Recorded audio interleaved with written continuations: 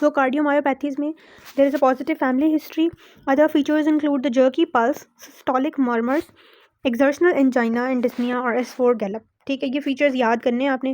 Cardiomyopathies होती हैं basically जब आप कोई पेशेंट आपके पास फॉर एग्जांपल चेस्ट पेन के साथ आया, for the sake of concept मैं ये बात बता रही हूँ, ये लिखी नहीं है यहाँ पर, और समटाइम्स बुक से रीड करने से भी समझ नहीं आती.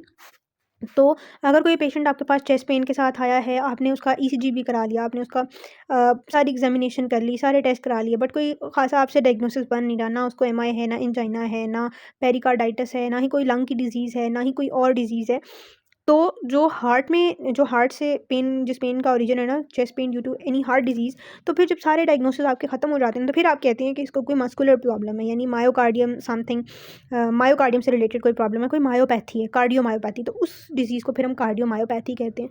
ठीक है, यानी उसकी कोई एज सच रीज़न नहीं होती, इन्फेक्शंस की वजह से नहीं होती.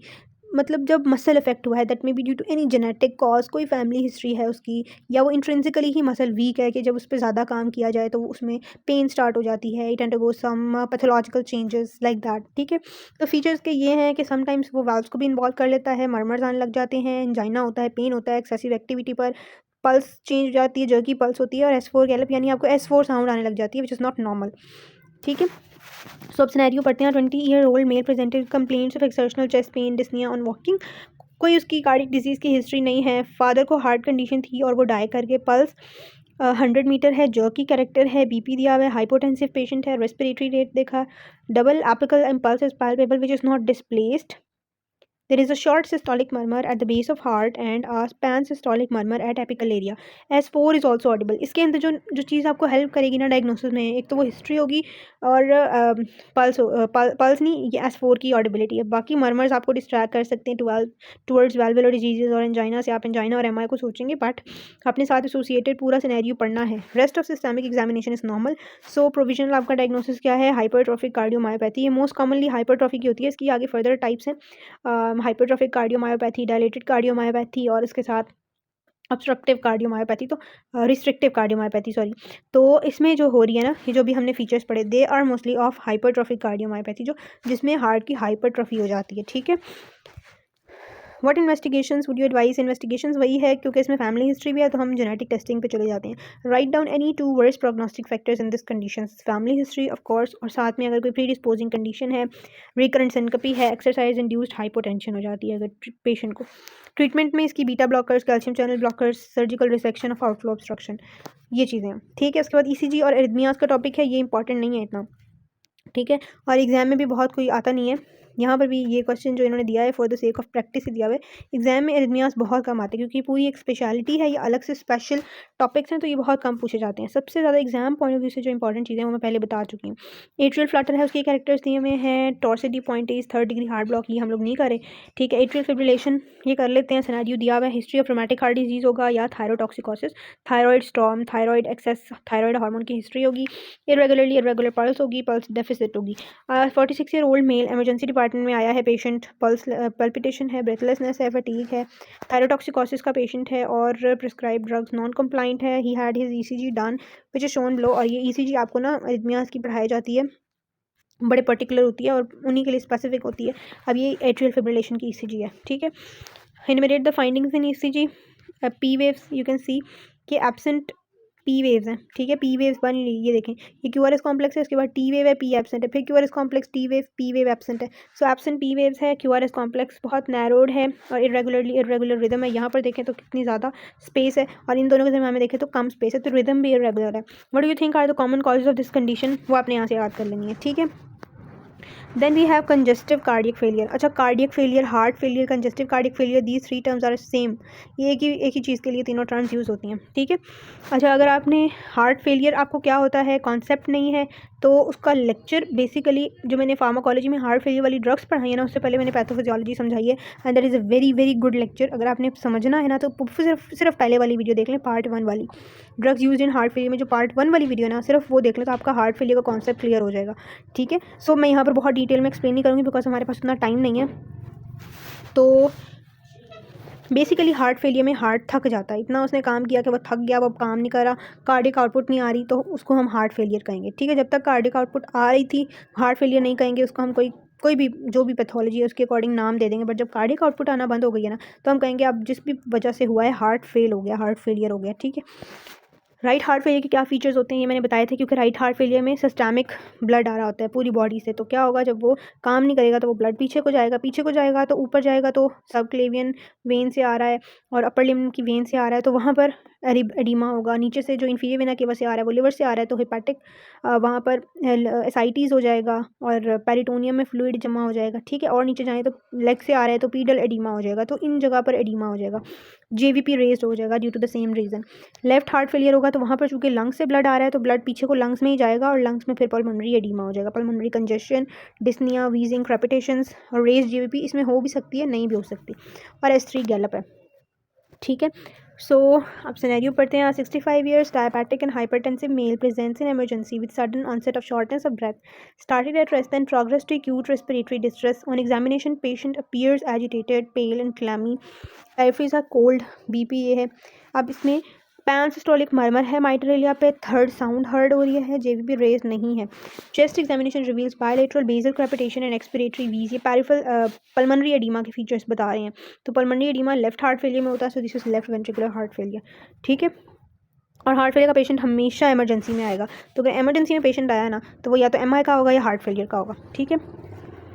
उसके बाद है जी but how will you investigate the patient, क्योंकि पूरा फेलियर का पेशेंट है, पहले हम बेस लाइन्स कराएंगे सारी।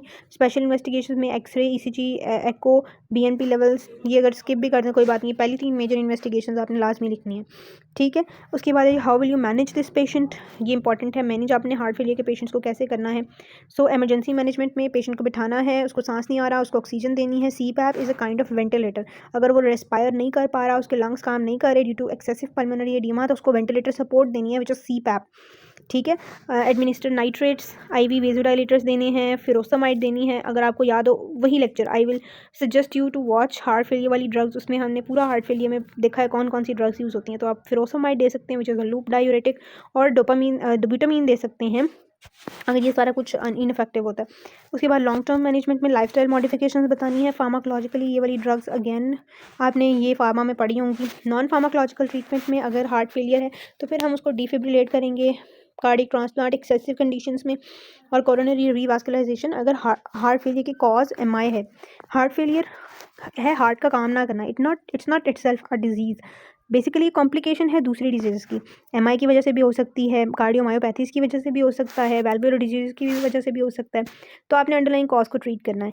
वाल्व डिजीज़ के लिए वाल्व रिपेयरिंग है for mitral regurgitation. So non pharmacological management और लॉन्ग टर्म मैनेजमेंट के अंदर always treat the cause of heart failure. Next scenario is a 50-year-old lady, known case of coronary artery disease, presented with acute shortness of breath. अब इसमें भी MI की history है।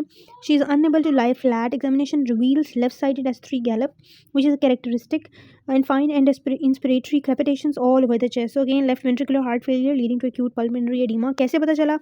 Pulmonary edema ये चीज़ बता रही है, inspiratory crepitations all over the chest. और left sided S3 gallop is indicating, basically both are indicating left ventricular heart failure. Management क्या है और ये प्रेसिपिटेटिंग फैक्टर्स तो वो सारे लिखे हुए हैं, ठीक है। Then we have a 35-year-old farmer. अच्छा, इसके अंदर भी यू कैन सी जिसको पैन सिस्टोलिक मर्मर है, ठीक है। उसके अलावा एपिक स्पीड सुनाई दे रही है, JVP रेज है, अलाउड जो उसकी अनदर ग्रेड 3 सिस्टोलिक मर्मर, एक पैन सिस्टोलिक मर्मर है, एक सिस्टोलिक मर्मर है, left sternal base loud in inspiration, bilateral crepitations हैं, again heart failure, left sided heart failure. What cardiac, अगर आपको नहीं पता चल रहा लेफ्ट साइडेड है या राइट साइड है, simply heart failure, congestive heart failure लिख दें। What cardiac lesions explain the cardiac auscultatory findings, तो ये एक पैन सिस्टोलिक मर्मर है और एक ग्रेड 3/6 सिस्टोलिक मर्मर है, ठीक है। और how will you manage, we have done.